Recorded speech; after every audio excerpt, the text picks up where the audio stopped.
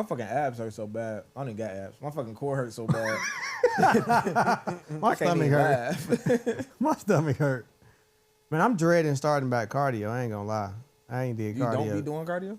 I haven't done cardio, nigga, probably since like October. Why? September.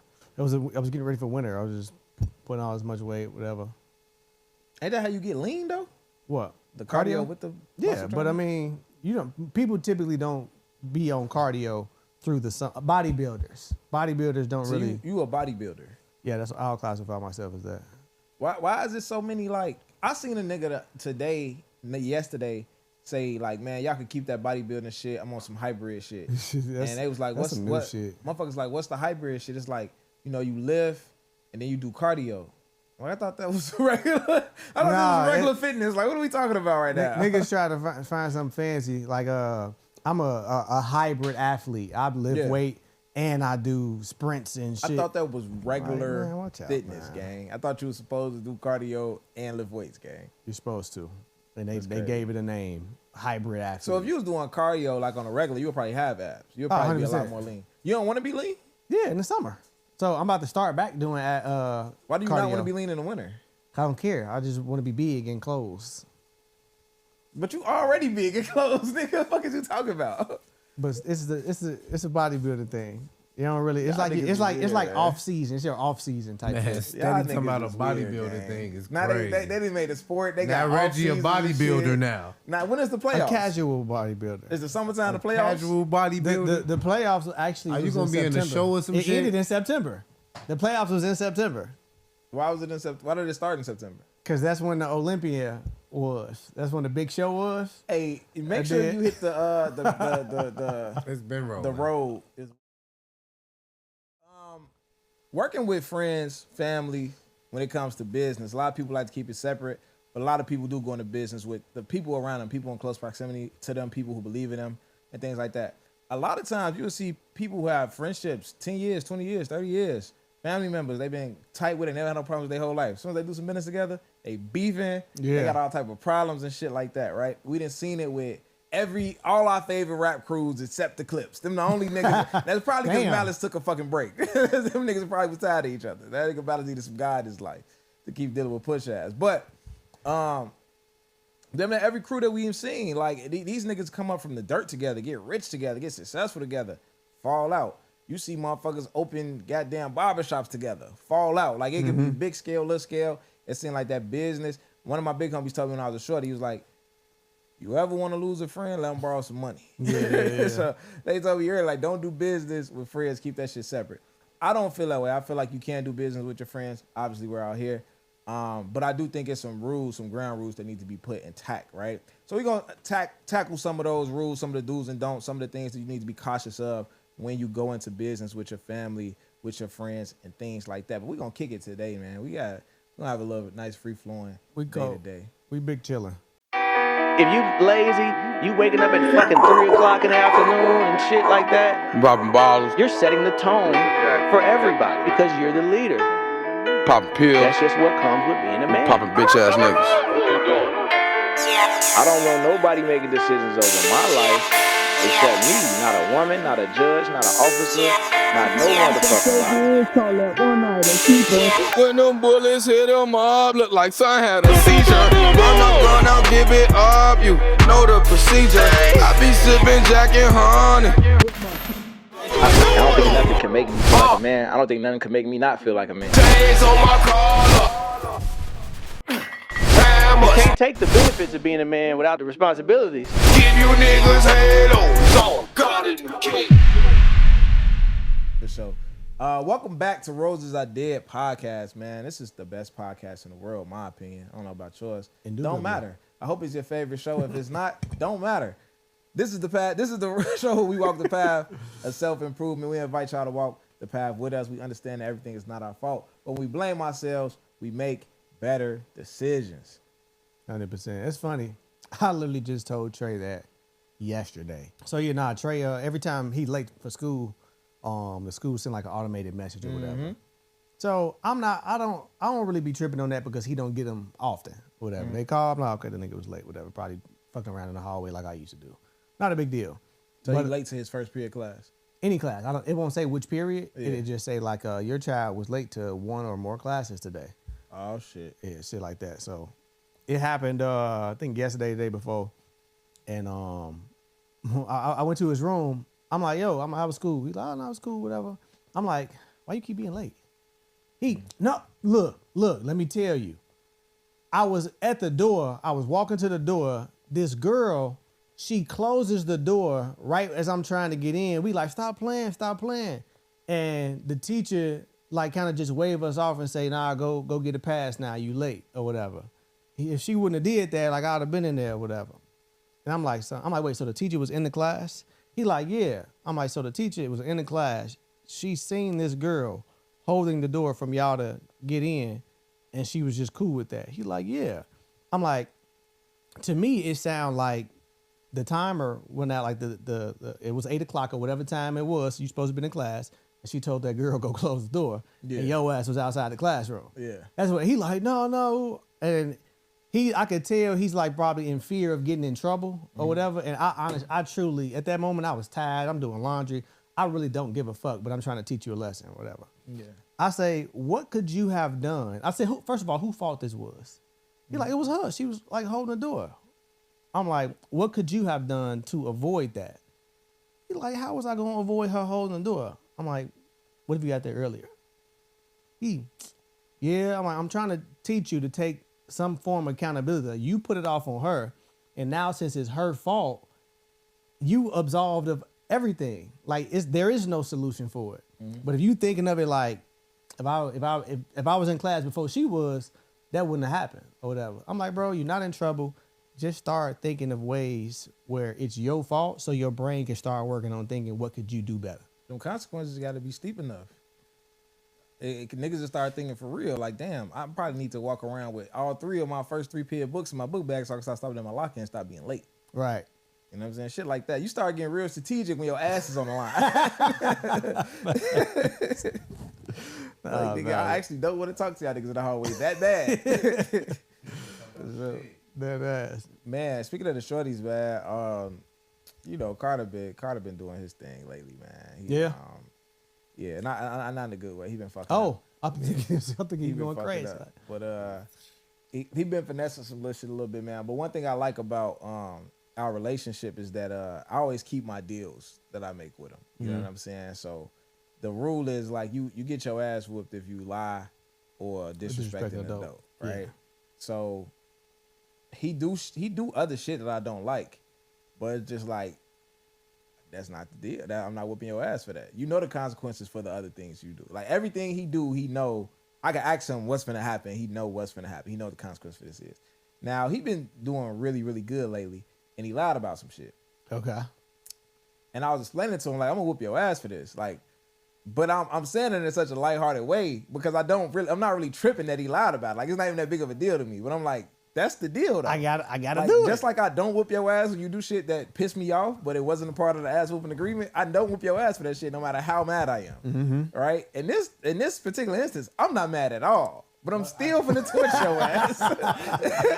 Cause I gotta get, cause if I don't, you're gonna continue to fuck up. And I see the direct result all the time of when I owe my son a consequence and don't give it to him.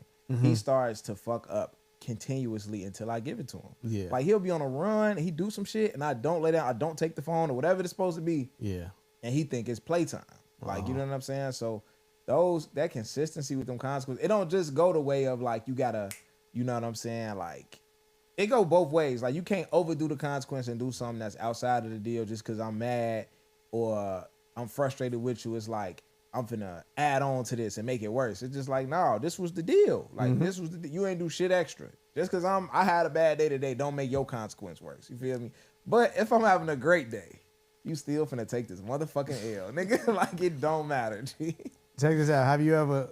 What if Carter do some shit that's not a part of the get your ass whooped rule? Yeah. But it pisses you the fuck off. Like that like pissed you off. Mm-hmm. And let's just say later that week, let's say that happened Monday. Yeah. Thursday, he lie. Mm-hmm. You gonna bring some of that aggression from Monday over into Thursday? Nah. And that's the thing. I don't stay mad at Carter long. Okay. And I don't bring shit up that much. Like I was with him at my OG crib one day not too long ago, and he did something. She came downstairs like, your son did not move his clothes, and I asked him 3 times to pick the clothes up before he leave. Now it's time for him to go, and the clothes are still up there on the floor. And I asked my mom, like, what do you want me to do about it? Like, what do you want me to do? And she's like, the clothes still up on the floor. I'm like, what do you want me? Do you want me to go get the clothes? She's like, no. I'm like, well, what do you want to happen? She's like, I want to go get the clothes. Well, tell him to go get the fucking clothes then. Like, what do you mean? My mom do that. Like, what happened the first 3 times you told him? Because this is the thing. He playing a game, right? Cool. You tell him pick the clothes up. He's saying okay, but he not paying no mind because he on the game. You come back, he's still in the game, still pick the clothes up. And this shit happened 3, and now you mad. Instead of you just taking the controller and saying like, hey, turn the game off until you do. And this is the thing. My mom would say, she'll do some shit like, she'll want you to do 5 things and say, turn the game off so you can do that one thing. Now I'm playing the game again. Hey, turn the game off again so you can do, like, I'm telling her like, listen, just take the controller at night when you go to sleep. In the morning, say, hey, I need you to do these things before you start playing the game. He do all the things he needs to do. He out of your way. You can leave him the fuck alone. He can leave you the fuck alone. Right. And that's it. This shit is simple. It's easy. But it's like... They forget. For whatever reason, they forget how to parent. They forget, because it's grandbabies, I don't know. Yeah. But like with my mom, I hate when she tell me to tell Trey something. Oh, yeah. What's going on? You scared of this nigga? Right. Like, but her angle be, I want to be the grandmama. I don't want to be me. I'm like, listen, sometimes if he acting up with you, you got to correct it. Yeah. You know what I'm saying? And he lost that privilege, actually. The privilege of, because he used to do this, right? So, hey, go wash the dishes or whatever. I'm going to make sure it get done. Woo-woo. He's doing his thing. It slips his mind because he in his own world. So now when I tell you to do something, you don't have the privilege to like, can I do it later? No. Whatever you're doing, stop it right now and go do it, because you have a history of putting it off, and now you're trying to do it at fucking 9:30 and you still ain't got in the shower. Yeah. Nah. Yeah. Get all that shit done before you do anything now, and when I tell you to do it. And I think it's solid because, like, again, like if your motherfucking bedtime is at, let's say, 9 o'clock, just to throw a number out there, and you have all these things to do before playtime. So playtime is between you finishing and bedtime. Yeah. The faster you finish, the longer playtime is. The longer you take to do the shit I asked you to do, the less playtime you got. G, like, it's an easy system that, like, it just reinforces itself, essentially. Like, you know what I'm saying? Finish this shit at 7:30 if you want to. Yeah, like all you gotta do one is time make he the asked me system that. and just let the shit play out. He waited late, and I'm talking about his bedtime 10. This nigga finished at like 9:30. Yeah. And he like, I get 30 extra minutes on the bed. No, you could get yourself 30 extra minutes. Like, brother, you could have did what this the fuck shit you supposed to do earlier. Yeah, that's on you, man. So this parenting shit, man, shit don't stop. It's crazy. It is crazy, man. Let's get into this business talk, though, man. Let's get into this business talk.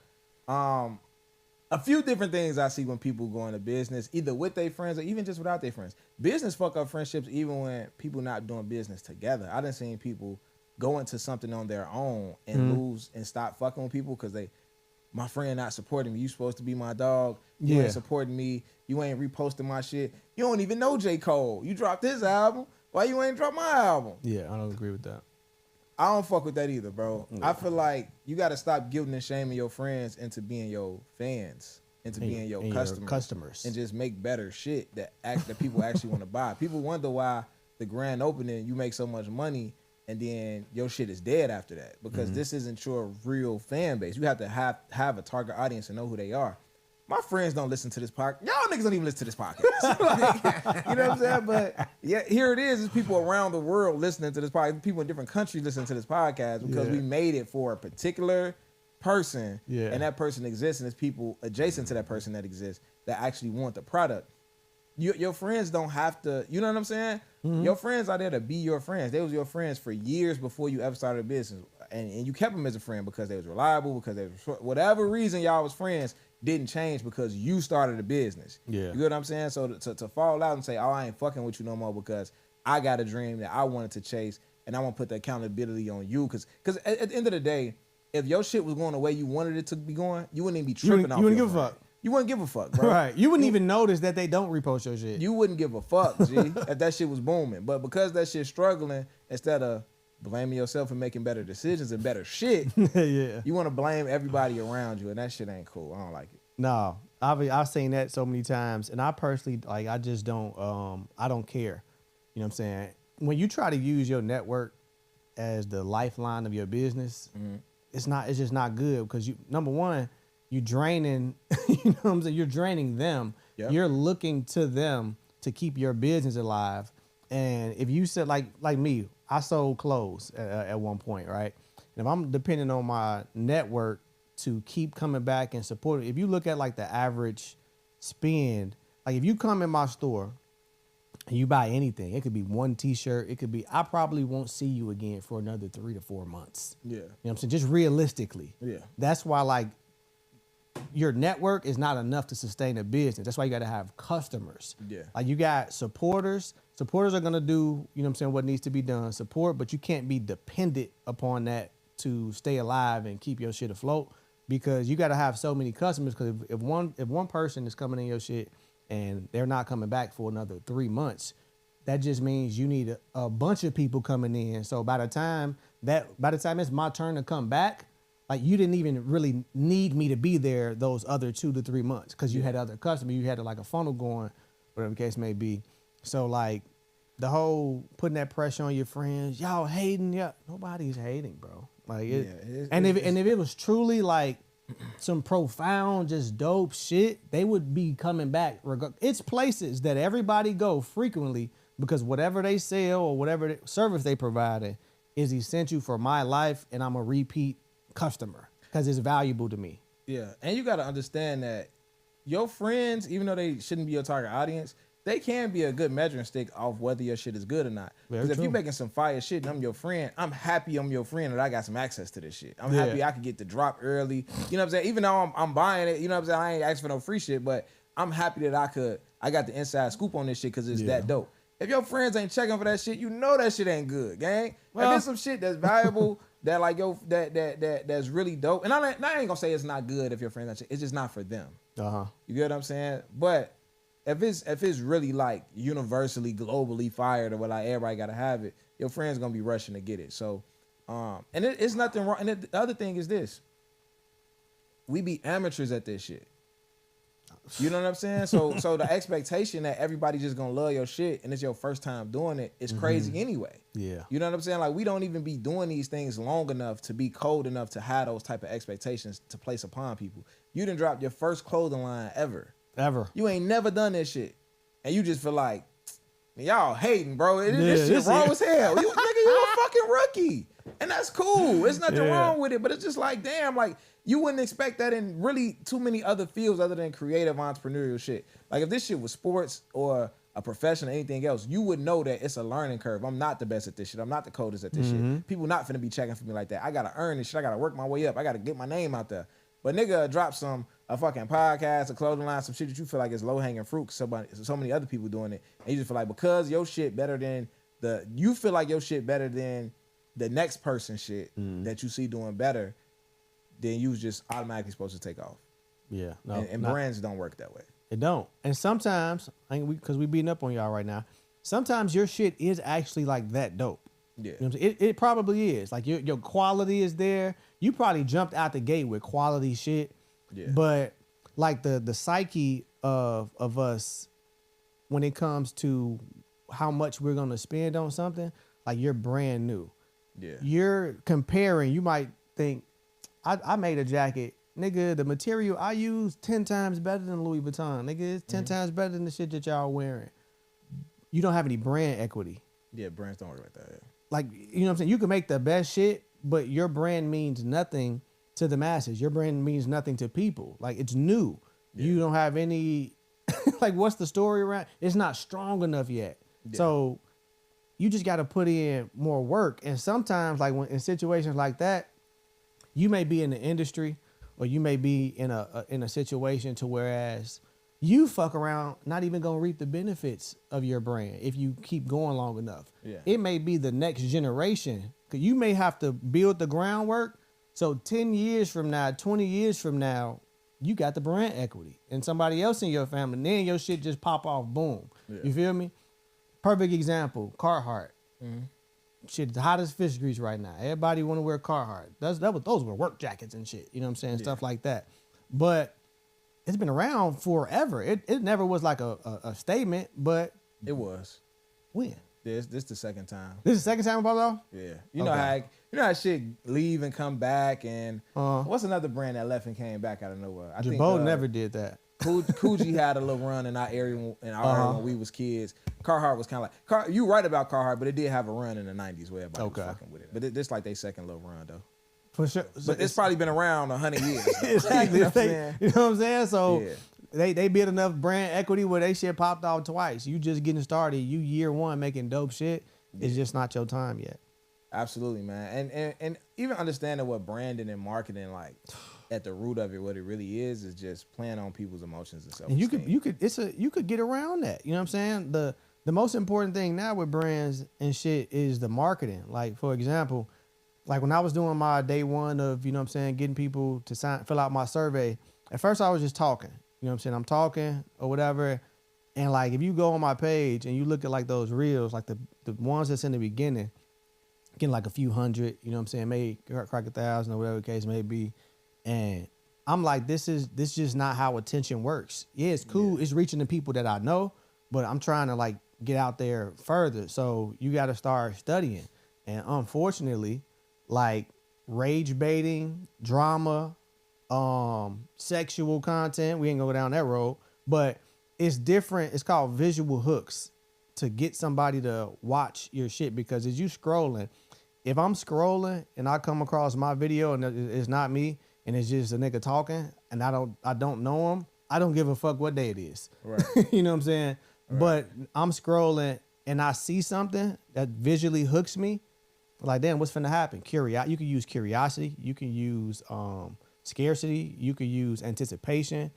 It's a lot of different psychology behind, you know what I'm saying, why people market the way they market, but you're gonna capture the majority of people at least to get to whatever it is that you're trying to show them. And it's just a lot of just games and, you know, trial and error that you got to do. And that's shit time consuming. Like, I got to do it again. I'm finna start another series, you know what I'm saying, to get more reps signed up for my app. And it's gonna be some videos where I'm gonna just be talking, you know what I'm saying, just telling people what it is. But some of that shit, I'm gonna have to trick some niggas. Yeah, you know what I'm saying? Yeah. And it's just the ebbs and flows. I was just making a video today. I was on my way to the gym. I ain't posted. It's actually in my drafts. I'm like, man, I'm going into something new. I've never built the app before. You know what I'm saying? I'm stepping in a new lane in tech as a tech founder.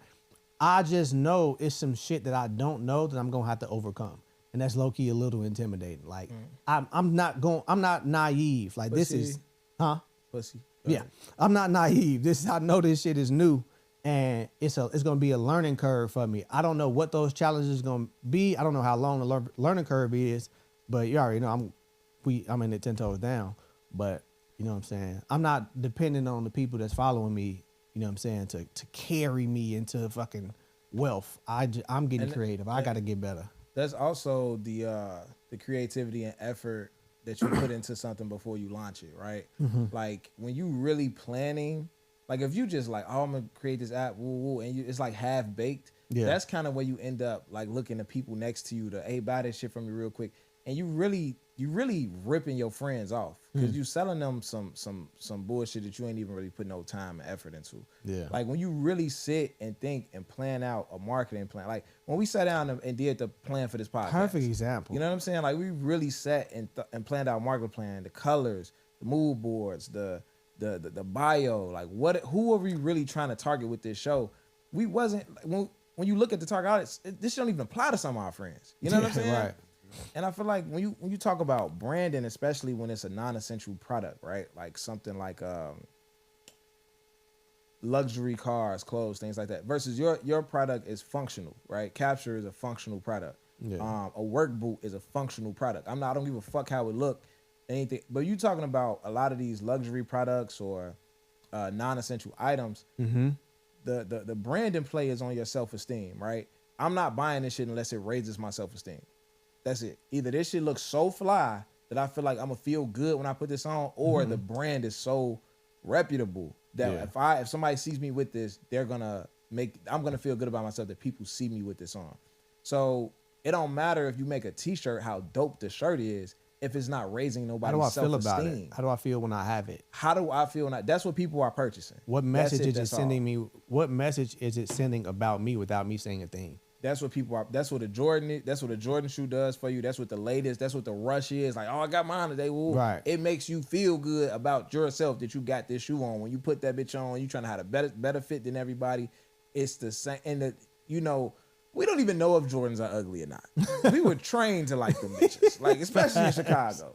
These shits might be ugly. Somebody might be. Somebody like, why the fuck does this shoe even shape like that? You know what I'm saying? But it's all about brand recognition. It's all about. Basically, marketing is gonna steal your self-esteem, and they're gonna sell it back to you in a product. You're gonna look at the Rolex commercial, and they're gonna create a lifestyle around the watch. They're not gonna show you the functionality of the watch. They're not gonna show you how that you got screws in your links instead of just the slides. They're not gonna show. You're not gonna realize none of that till you get the fucking watch. They ain't showing you how the watch work. None of that shit. It ain't gonna make you tell time better. None of that. They're gonna put the watch in a scenario that you would like yourself to be in. They're gonna put the watch on a nice ass boat, with a smooth ass nigga with a strong ass jawline and a nice ass chest, a couple chest hairs, Matthew McConaughey pulling up in a nice ass car. And the shit is about a watch. Yeah. About some shit you use to take. The functionality of a Rolex is irrelevant. Motherfucker might ain't had no new battery. I have my Rolex on. What time is it? I'm pulling out my phone. It's just, how do I need to make you feel like you need this, and I need to make you feel like, to make you feel like you need it, I have to make you feel like you're less of yourself without it. That's really what marketing is, right? Like, at the end of the day, the life in capitalism is going from point A to point B. I'm at point A, which inherently is less desirable than point B, which is why I want to be at point B. Even if knowing that point A used to be point B at some point in my life. Like, I wanted to be the goalpost, but now it's not good enough. So I want to be there. And if the marketing person can jump in the middle of that mix and say, like, damn, we the point B. Yeah. This is part of the life that you want. This watch that you never seen or thought about. But if I could show it to you in this commercial, you know what I'm saying? And you feel like you supposed to be, you trying to be the CEO or this entrepreneur, or you trying to have this lifestyle, you trying to present to people that you've made it.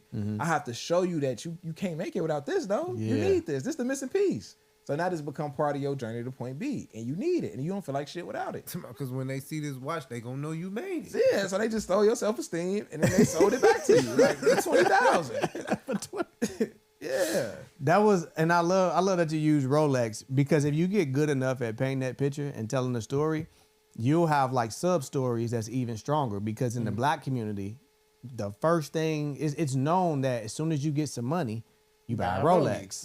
That's the championship. That's the non-athlete championship. Exactly. You know what I'm saying? You got the Rollie on, nigga, you well off financially, you made it, whatever case may be. And they do it so well, people have cheated the system. They will buy a fake Rolex to feel that strong hit of dopamine of putting that fake bitch on, somebody seeing it, complimenting it. Now you feel amazing about yourself. Yeah.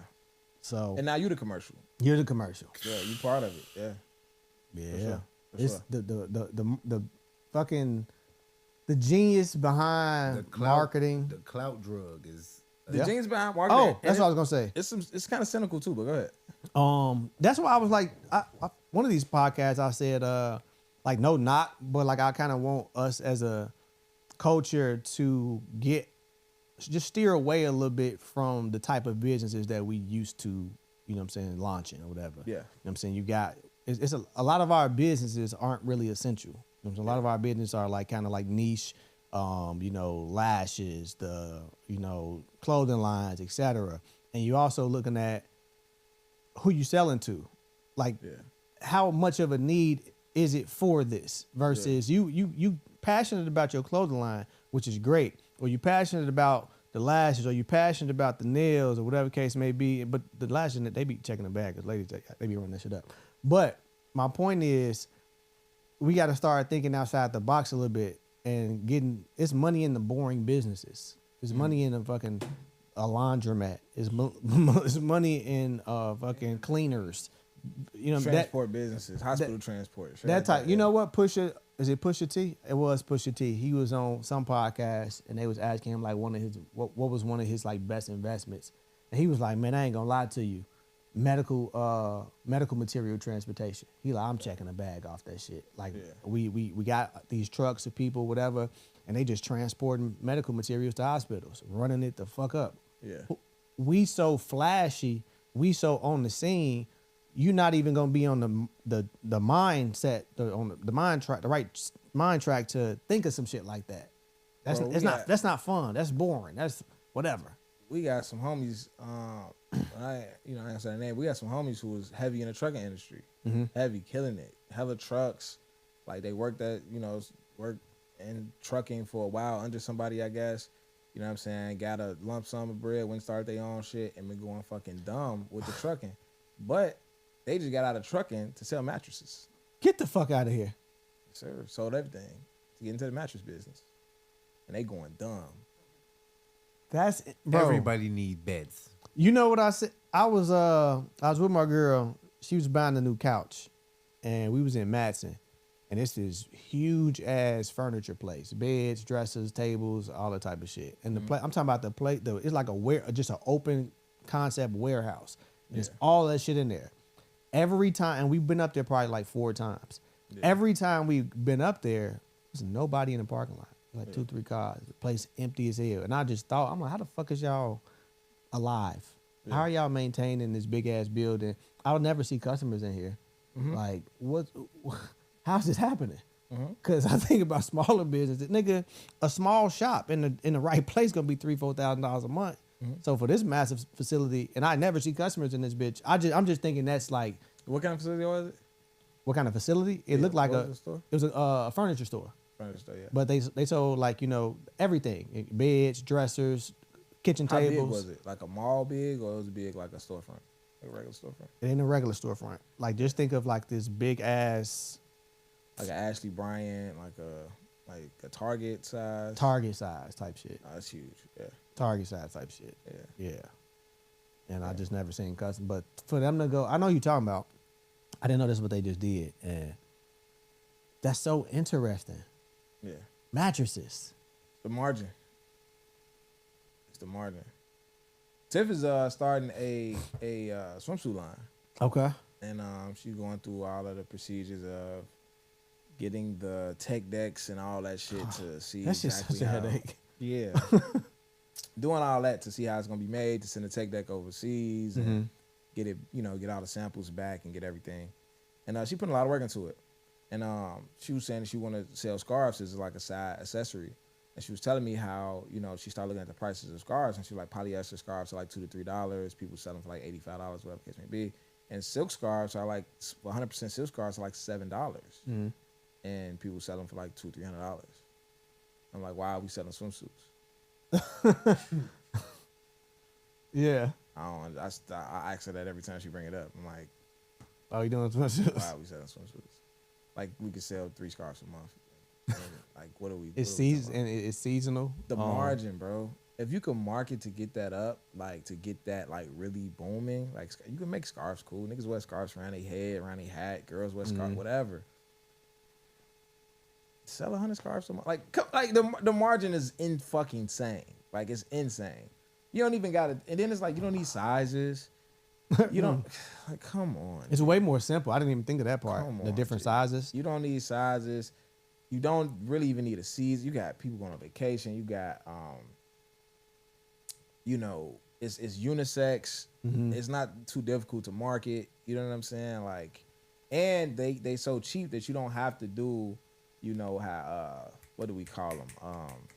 Pre-order shit to where you get the orders, then you go buy the shit. It's fucking $3 to $7. Like, buy that shit with your work check. Run it up. nigga.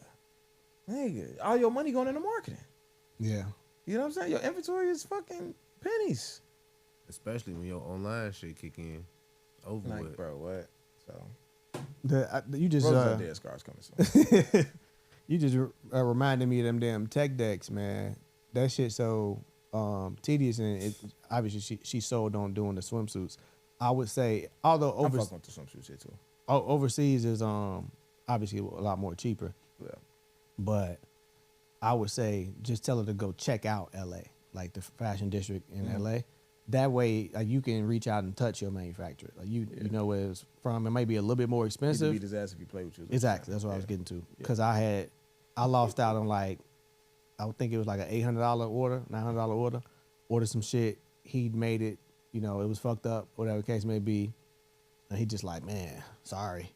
Bitch. That's that's crazy.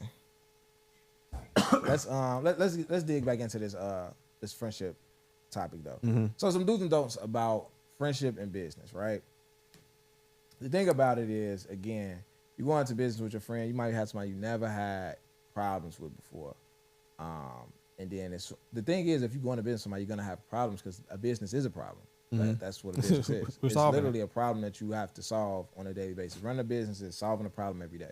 So if you go into a business with your, like, for example, I just posted something like, hey, I want somebody to go into the logistics of merch and all this shit, right? And like, it was some people that is like close to me that I never done like business with, and like family, a couple family members reached out and shit like that. And I'm like, we never had problems before, right? Like, I don't want to start. Yeah. So at the end of the day, especially with family, because it's like, you gotta be my cousin regardless of how this shit go. Like with friendships, God forbid you fall all the way out with somebody, you fall all the way out with them. We gotta be cousins regardless. So we just gonna be cousins that don't talk, and not holidays is weird and shit. So again, I'm not saying don't do it, but what I am saying, some things you need to avoid. People with main character syndrome. That's a huge thing to avoid. Not just in business, but in life. Yeah. People with main character syndrome are the people who, every time they tell you a story about anything, it's all about them. It's no accountability. There are people who, when you see them comment on things on the internet, you then never got to ask, like, you know, this post wasn't about you, and the person who made it don't even know you, right? Like, it's almost like they take everything personal. When they retell stories about, you probably dated people who, you know, y'all stop talking for whatever reason, and when y'all reconnect and they retell the story, it's like they have a whole different idea of what the fuck happened that's not factual at all, because they reframed it in their own brain to center it around themselves.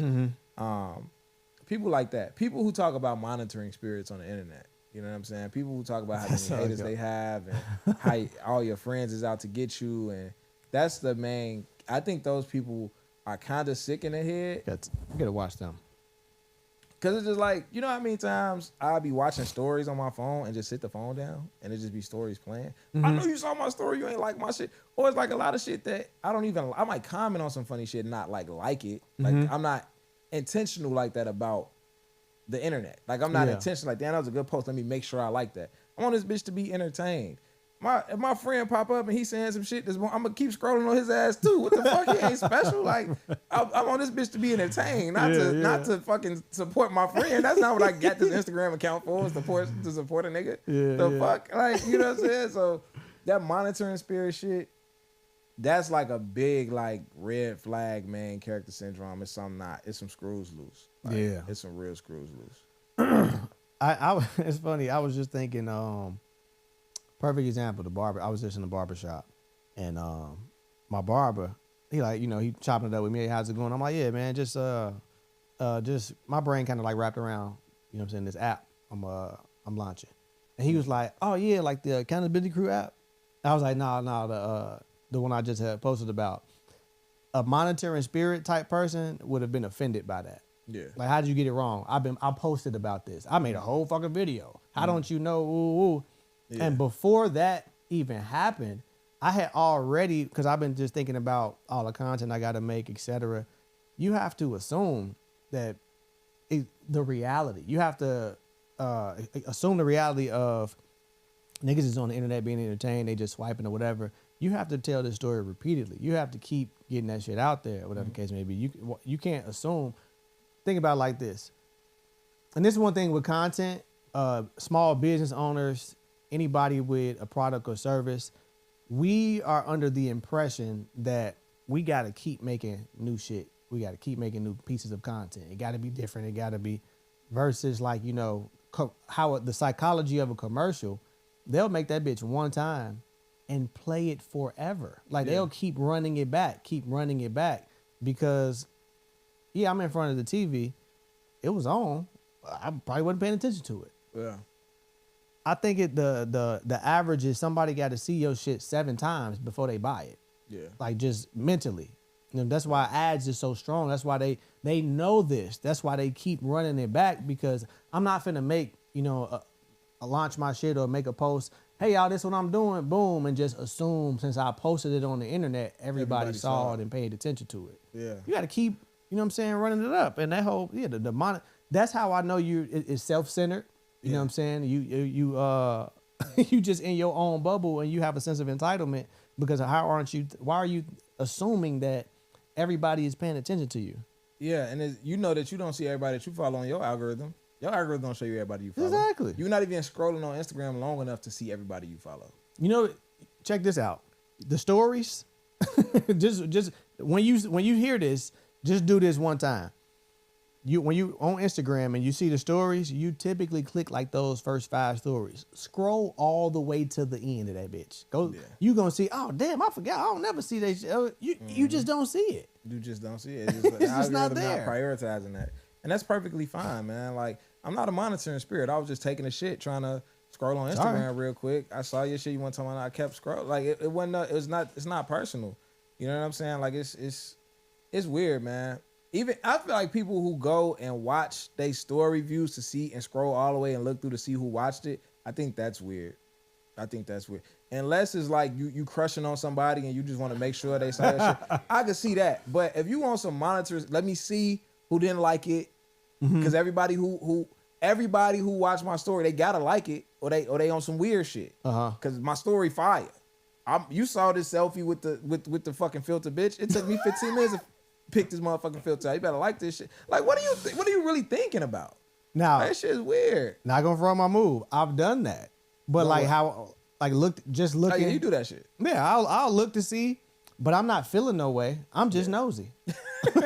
I'm nosy with my own shit. I'm not.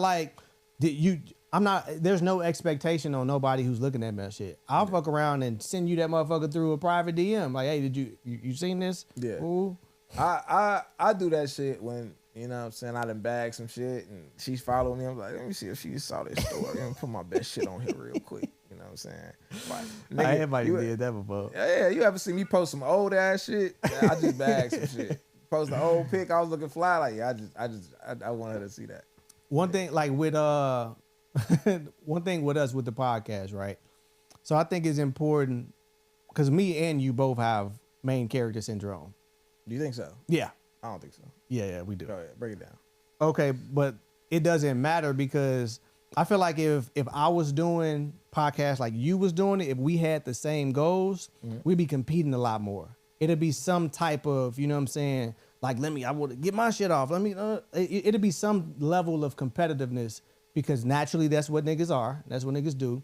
And niggas, especially if this is my shit, like we got the same goal and I got my own agenda, you got, own agenda and we using the same lane to get there, that, you know what I'm saying, that just causes a little friction or whatever. Just like I'm pretty sure that happened with the Joe Budden crew and I Am Athlete and all of they all kind of like had the same goal because mind you, everybody that broke up, they went off and continued to did the same shit.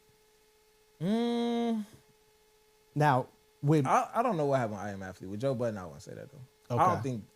I think Joe, I don't even know if Joe I think it was just clear whose show that was. You know what I'm saying? And I don't think they had a problem with it. I think it was just some bread shit. Yeah, they felt like they was, you know what I'm saying, bigger than what they were or whatever the case may be. No, you don't think so? From the way they tell the story is, I didn't hear the story. So the story was that from what I've heard, and this is me putting together from what every side have said. The story is that Joe Budden, they were profit sharing, meaning that Joe owned the IP to the show 100%, but they split profit as if you would split with a partner. You know what I'm saying? So they wasn't like employees to where it's like y'all get a set rate. It's like we get this much profit and we split. And I ain't saying it was split even. I don't know how it was split, but niggas got percentages of the profit, right? Yeah. Now that percentage is gonna be based on what's considered profit. Who gets to consider what profit is? Joe Budden decided, hey, I don't want just a podcast, I want a podcast network. And to start a podcast network, it takes money. So now I'm gonna decide that this percentage of the profit is no longer profit, it's going towards starting a network. So that means niggas' checks is smaller. But them niggas never decided they wanted to start a podcast network. So it's like, I'm not trying to get paid less so you can start a podcast network that I never agreed to start. And they start asking for the numbers, which they never asked for before. Like they asked them to be transparent with what are the numbers, send us everything, let us see everything, because this is affecting our money because you decided to make these changes. And he said no. And that's where it. So I don't think that they ever had a problem with being under him. Okay. They just more so had a problem with they fucking bread. Like, you know what I'm saying? No. But I Am Athlete, that did seem like it seemed like niggas who got together without an understanding and what you just said happened. Cause they should started in like the pandemic on some let's do this or whatever. It was never like a business. Absolutely. But like my point was niggas who's sharing the same, you know, like if you go in business with your homie and y'all both just kind of like on the same type of time, and it's just gonna be some natural friction there because just niggas is competitive. I don't think so. I don't think it gotta be that way. I don't know. No, it don't like. Okay, so the exception don't make the rule, but that's the case a lot of times. I've seen it. All right, maybe so. It's not the case here, but it'd be the case. Shit. I mean, I'm thinking about like other examples of niggas that I know who work together and like if they was trying to like compete with each other. I know like more so crews who do that over like women and shit or like over. You think that if niggas are doing it over women, niggas definitely do it over some bread. That's how niggas be getting back though. Okay, you right. All right, so yeah, man. So I think that's one of the main things. I think another main thing when it comes to the do's and don'ts of mixing friendship and business is to always if you gotta choose, pick the friendship. You know what I'm saying? If it comes down to it, pick the friendship. Me and TJ, we started FC Network, built it from the ground up. Nigga, it was his idea. You know what I'm saying? Like all this he don't even podcast no more. Like it was his idea to do all this shit, right? Yeah. And we got into it and we just didn't see eye to eye on how to split the workload and shit. You know what I'm saying? Like we didn't come in with we kind of did come in with a set. You know what I'm saying? We came in with a set. This is gonna be your lane. This is gonna be my lane. We never agreed upon how much work we will put into these lanes. You know what I'm saying? So if I'm spending 16 hours a week doing something, and you know, you might look at it like, oh, well, that might take 16 hours a week. You know what I'm saying? The shit I do don't take that long. Like, but I'm looking at it like, nigga, if you was spending 16 hours a week, how much further could we be? Yeah. You know what I'm saying? If you was doing what you do for 16 hours a week, how much that's how I'm looking at it. And we just didn't see that part eye to eye. And it's not saying that, like in hindsight, it's not saying that he wasn't working, he wasn't doing anything, or he wasn't, you know, working to whatever he felt was adequate. It's just we never agreed on what's an adequate amount of work. What do I really expect of you, and volume wise, not just what do I expect you to be doing when you feel like doing it or whatever the case may be. So we departed the first podcast, kept the network, and then that didn't work either long term.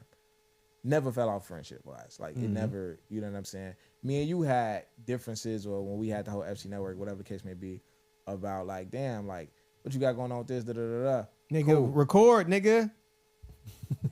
What you on this weekend? Right. Like, damn, you fucking up. Like this ain't ooh. Shit, what you on this weekend? Let's go to fucking Blind Barber. Fuck it. Like, you know what I'm saying? Like it never hindered the friendship. And I feel like that's how the shit should be. I just feel like, and I think it's sometimes you gotta, for one, have the conversations that need to be had. Don't let it build up. How the conversations that need to be had, even if it do build up, how the conversations that need to be had.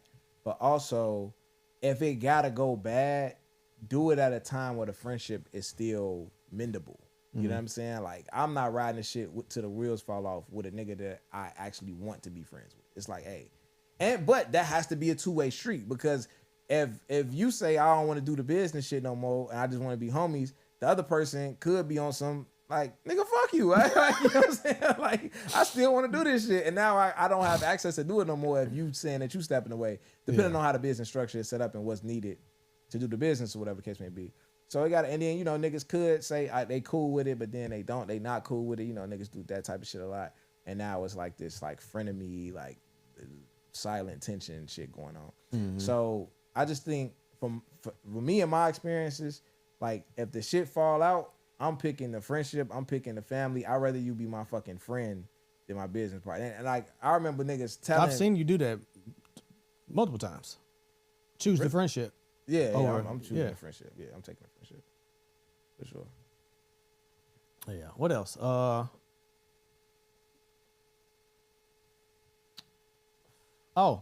When it comes to like doing obviously business with your friends and family, talking about like workload, when y'all are that close, you don't really feel obligated to work as hard. Bust your ass. You Yeah. know what I'm saying? Yeah. It's like I start a company and you know what I'm saying, this is a big company, whatever the case may be. And I hire you as the, you know, the secretary. You know, you're supposed to, you know, do kind of like, you know, the desk work or whatever. Like it's a quote unquote small task, but it's a big part of the whole grand scheme of things. Yeah. It's nigga, my uncle run this bitch. I ain't gotta do shit. You know what I'm saying? My auntie the owner.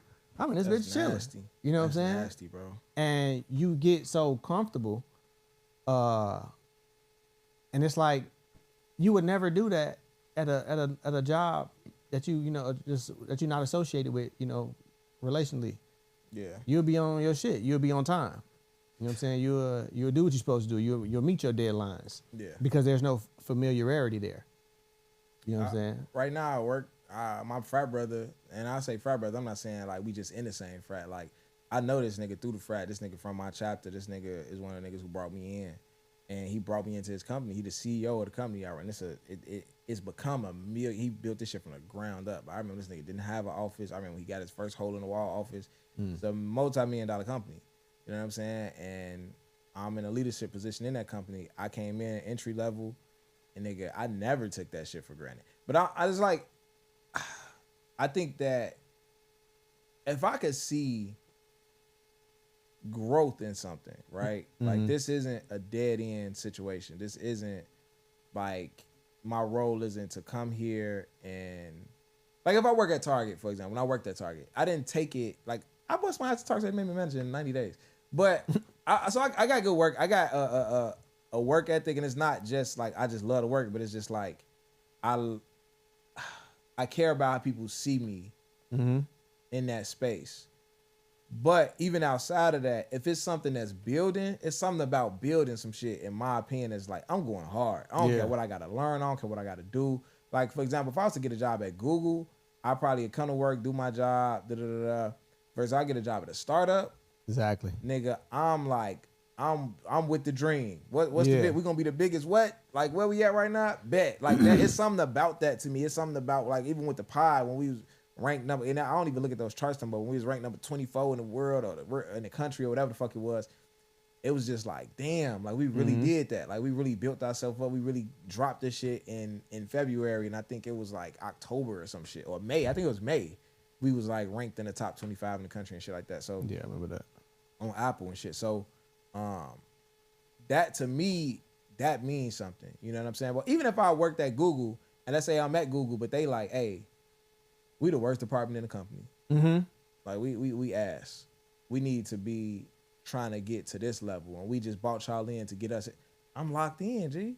Like, you know what I'm saying? And that's kind of what it is at my job. It's not only is the company trying to excel, is this black company dealing with all these insurance companies that's getting looked at like, damn, y'all are all black company. We don't like that. Like y'all in this healthcare space, y'all making all this money. We don't like that.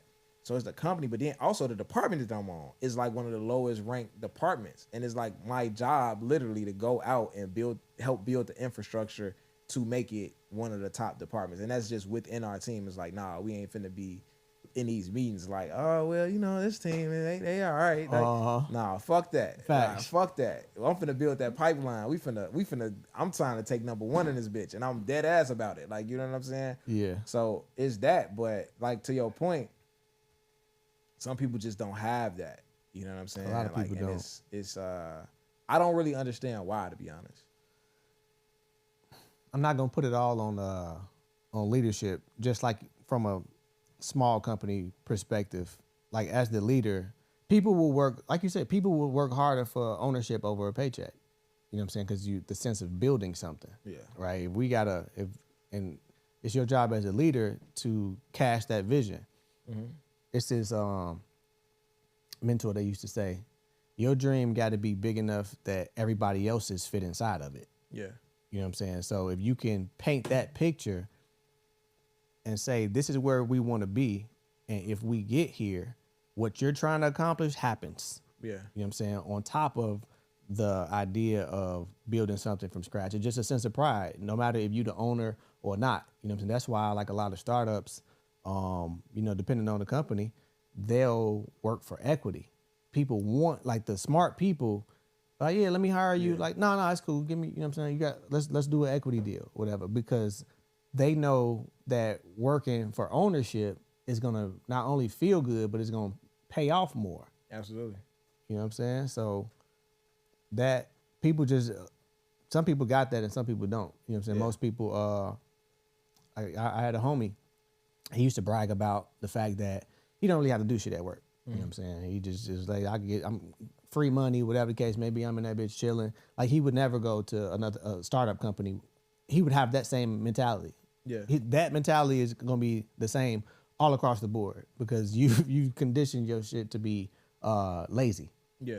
And it just don't work. Yeah. Also, I think this is gonna probably be my last like tip for working with a friend. In my opinion, I think that unless somebody like requested or cool with it, I think you and your friend should always, if it's like a real money business, like selling something directly and not something, because some things you have to build up for it to make money later on, like this, right? Versus something like a clothing line, like it's like money. We trying to make money immediately. Like the first time we sell a product, we might still be in the red, but the thing is that we're making money, right? I think in something like that, y'all should always go in equal parts as far as the money. It should always be 50-50, or if it's 3 y'all, 33% each, whatever the case is. And I say that because at that point, the arguments are going to be over work. Who's doing what? That's what the problem is. Or somebody just purely fucking up. But it's most likely going to be over this person not working hard enough. I'd rather argue over work than money. Like, you get to arguing over money. Niggas get to like, oh, I know I said I agree to this, but I feel like I'm doing this, so I should get paid. That shit is, y'all gonna not be friends. Like, you know what I'm saying? Like, that's, y'all gonna fall all the way the fuck out. When that money talk come, it get real tight and sensitive and shit like that. So, like, for me, it's just like, even if I'm doing something with somebody and they don't know a lot about this, or they, whatever the case may be, I would rather say like, hey, let's go in evenly and just figure it out than say like, let's come in at this odd ass number, and because you never know how this shit gonna go. I'm looking at Jim Jones, and I hope Jim Jones and them podcasts just thrive and stay successful. It's funny as fuck. I like the show. It seemed like Jim Jones had a show first in that space, and then he interviewed Mano one day, and they liked it, and then now they did more episodes together, and they added Fab and Dave East. It seems like, and even when the whole eviction shit, whatever they talking about, came up, it was like, this is Jim Jones' spot. It seemed like it's Jim Jones' show. Mano is the start of that. It's the start of that show. I don't know what the splits are on that show, right? But again, if it came in on somebody, oh well, it's my show, so I'm gonna get 40%. Y'all could break up the rest, right? Y'all could break down the other 60% 3 ways. I'll get 30 each. Whatever. I don't even know that's not even whatever. Yeah, I get you. They get whatever number each. What's there? 20% each. Then that's cool. They might agree to that, but then the show come out and Mano the star, and everybody checking in to see Mano. Sooner or later, it's like, this ain't really making no sense. You know, a real life example. Tonight's conversation with Trip. Yeah, and I think that was a terrible idea because I feel like both brands declined. You know what I'm saying? Like, and maybe it might just be my algorithm. I'm not seeing tonight's conversations as much. Shout out to them, love everything they got going on. Hardest working nigga I've ever been around in my life. And in this space, hardest working nigga I've been around in my life. But yeah, I don't see them as much. Like, and Trip had the virality, like hitting them bitches, and I don't see him at all, really. Yeah, I don't know. You know what I'm saying? And that's not to say that they're doing worse, right? Or Trip is doing worse, because sometimes you can make more money being smaller and on your own than you can with being in a bigger space and working under somebody, right? So sometimes, like Roy and Mal, huge. Everybody would be like, look at what Joe Budden making $20 million a year. Like, that's crazy. I know more. Rory and Mal sick. They over here like, we're making way more now than we would be working for that nigga. So we not making 20 million a year, nowhere near that. But everything we making is ours. You know what I'm saying? Versus we're making more than if we was on that $20 million a year show and we was just employees getting paid. And they stand on that. Like they making way more. So not to say that I'm not trying to say that Trip is doing bad or anything like that. I'm not trying to say that nobody's doing bad, but that collaboration was it. Like that shit was it. That was a fucking dream. That was an all-star team. They had niggas in the chokehold. You know what I'm saying? And it was like, I don't know. The owner, the Royal Mall situation and the Trip situation, just people separating because you said sometimes you can't make more money on your own. Yeah. Again, I just want to be clear: the exception don't make the rule, because a lot of times people will feel like that, and it's like, nah, I want to build my own shit. I want to build my own shit. I want to do it on my own. I ain't finna join nobody. I ain't finna work for no company, etc. Okay, you want 100% of a grape or a percentage of a watermelon. Yeah, you know what I'm saying? Like, and who's to say you don't have to do that forever? But people be just feeling, I don't know if entitled is the word, but I think you just be jumping the gun, feeling like, you know, everybody feel like I'm number one. Everybody feel like I'm more important. Everybody feel like I'm bigger than the program. Like, nah, I'm gonna start my own shit. Yeah. You know what I'm saying? It was a guy that know of, and he was a part of a clothing brand, a huge clothing brand. You know what I'm saying? They doing, and he had like a deal with them or whatever case may be, and he wanted to start his own or whatnot. But they like, you know what I'm saying? That ain't really in the contract. You kind of got to be repping our shit. You know what I'm saying? Considering what we paying you and just like the what do you call it? The conflict of interest. Yeah. So he like, man, forget that, and he left to go do that. And, you know, that shit ain't going nowhere. It stopped. You don't even do that no more. You know what I'm saying? But you were so gun-ho on, nah, all right, forget it then. On leaving, I'm going to start. The workout niggas. Yeah. Yeah, that shit stopped? The bird shit? No, not them. What are you talking about? You don't know him. His name Rock. Oh, okay. Yeah. That's nigga you introduced me to. Facts. Okay, yeah. You know what I'm saying? So he started that. I just feel like, from the outside looking in, that other situation was a better situation. Yeah. You know what I'm saying? Yeah. But we so sold on ownership, like you could have damn near got there quicker working with somebody. I'll tell you how fucked up black people is on ownership. Drive from 79th in Racine to 87th in Racine. 21 churches. Damn. Really? 21. It might be more from 67th and Halsted to 79th and Halsted. It's like 4 churches per block. That's insane. 4 churches per block. Go count them, G. And most of them closed. But and we could have one big ass church, but everybody want their name on the front door. You know what I'm saying? I'm talking about same religion. These ain't Buddhists, Buddhists and all this. These all Christians. Allah and all this other shit. These are all Christian, black Christian churches. 4 per block, nigga. That's insane. And these Christians, these is togetherness. Like, what's the unity? None of that. I need my own name on my door. I don't give a fuck if this church only fit 14 people. I need my own congregation, my name on the door. And now we closed down and we got hella vacant buildings, fucking up the property value because niggas don't want to work together. You said it. I want my name on the building.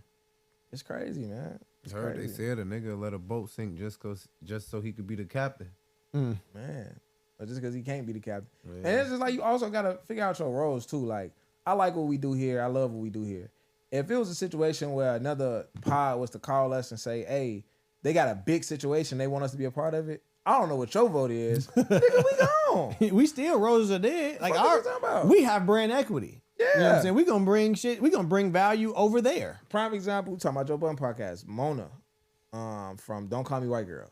She's on Joe shit now, but she still got her own shit. But it's like you Michael Jordan at your house, and you could go be Scottie Pippen or Ron Harper, whoever the fuck you is. I'm cool in that house, and that's cool.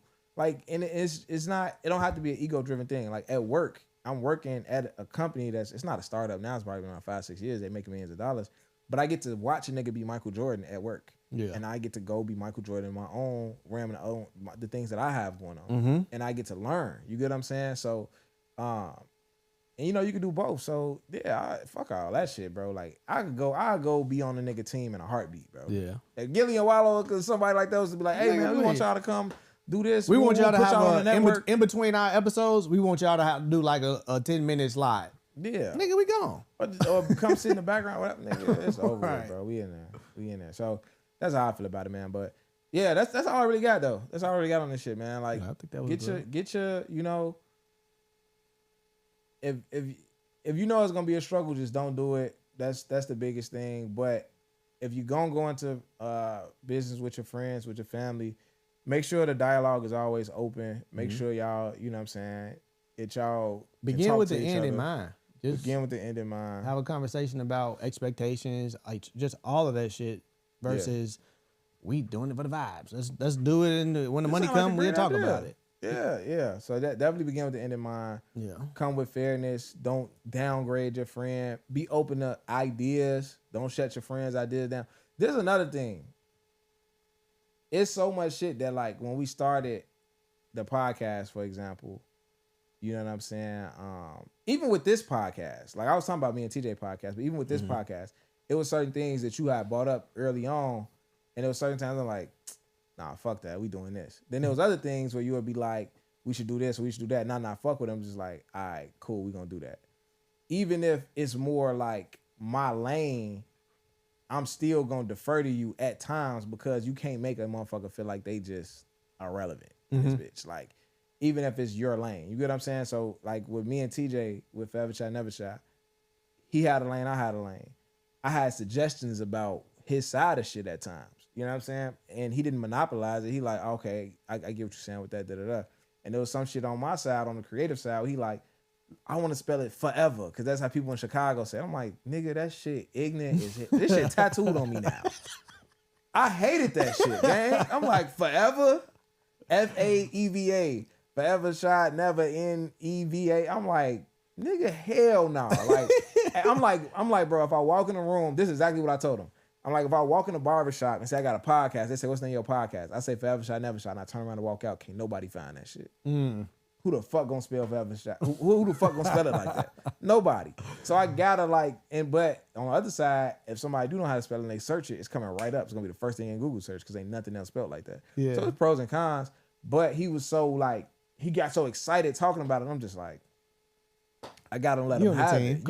You can't monopolize the ideas and the workflow of the business if you're going into the shit with your friend. You know what I'm saying? Just because you feel like you know better, it got to be a give and take. You can't just try to dominate everything because you feel like your opinion is just superior to your people. Now, it's some shit where you going to be like, you got to, like, nah, nigga, we ain't doing that. We're like, not making like purple jerseys. I'm never forgiving y'all for that shit, gang. Should have stood on your shit. So now, when I want to do something with clothes, I don't even drop the shit. I'm just going to go make me one. And wear it. And just wear it. And then, nah, nigga, make all of us one still. Nah, nigga. Hey, every time I come to these niggas with an idea about, hey, what y'all think about this jacket or this, they be like, man, that shit weak as hell. Every time, both of these niggas, man, that shit garbage. I go make the shit and wear it. Oh man, that shit decent. Like, Look, you gotta bring us the samples, man. That shit don't look right on Man, we TV. gotta see that shit in real life, man. I need to see it in 3D. For sure, man. But all in all, man, my biggest message is just like, man, if that shit ain't working, bro, pick the friendship, pick the family, fuck all that business shit, man. Dude, we got one life. Community is priceless. Yeah. Family is priceless. Good friends is priceless. Your friend been a good friend to you this whole time. Some business shit go wrong, and now they a hater and they this and that. Nah, you looking at this shit wrong, gang. Yeah. If you never thought your friend was a hater, and then y'all start a business together, and woo, and it's happening, now you feel like they're a hater, you looking at that shit wrong, G. Because if they was a hater, they would have been a hater, G. This shit is just coming between y'all, and y'all letting shit come between y'all. Y'all need to stop that shit and just be friends. Stop it. You got man's perspective on this one? No. I ain't got no advice for boy moms either. You know what I'm saying? This was just us. We was just vibing today, man. We was just, chopping it up. We just here for the vibes. We was here for the vibes today. We gonna vibe some more on Patreon. We got a lot to talk about. It's a war going on Where? in Iran. Nigga, Okay, I didn't know what it could have been. I knew about I Iran. thought I was but fucking with you. Yeah. I'm like, where? Nah, man. Hey, listen, if you want something in life, don't let nothing stop you. Don't let nothing come between you and your dream. ain't even dreams no more. We got goals around this bitch. Oh, yeah, we ain't dreaming. We got goals. You know what I'm saying? A goal without a plan is a wish. We got plans. Fuck even a goal. We got plans. We got plans. We We got have an systems. agenda. We have an agenda. We got shit to do. We got loads to lift, This shit is on the calendar. mountains to climb, bridges to cross. Side plan sacrifice. Shoot. We out. So, God in the cake.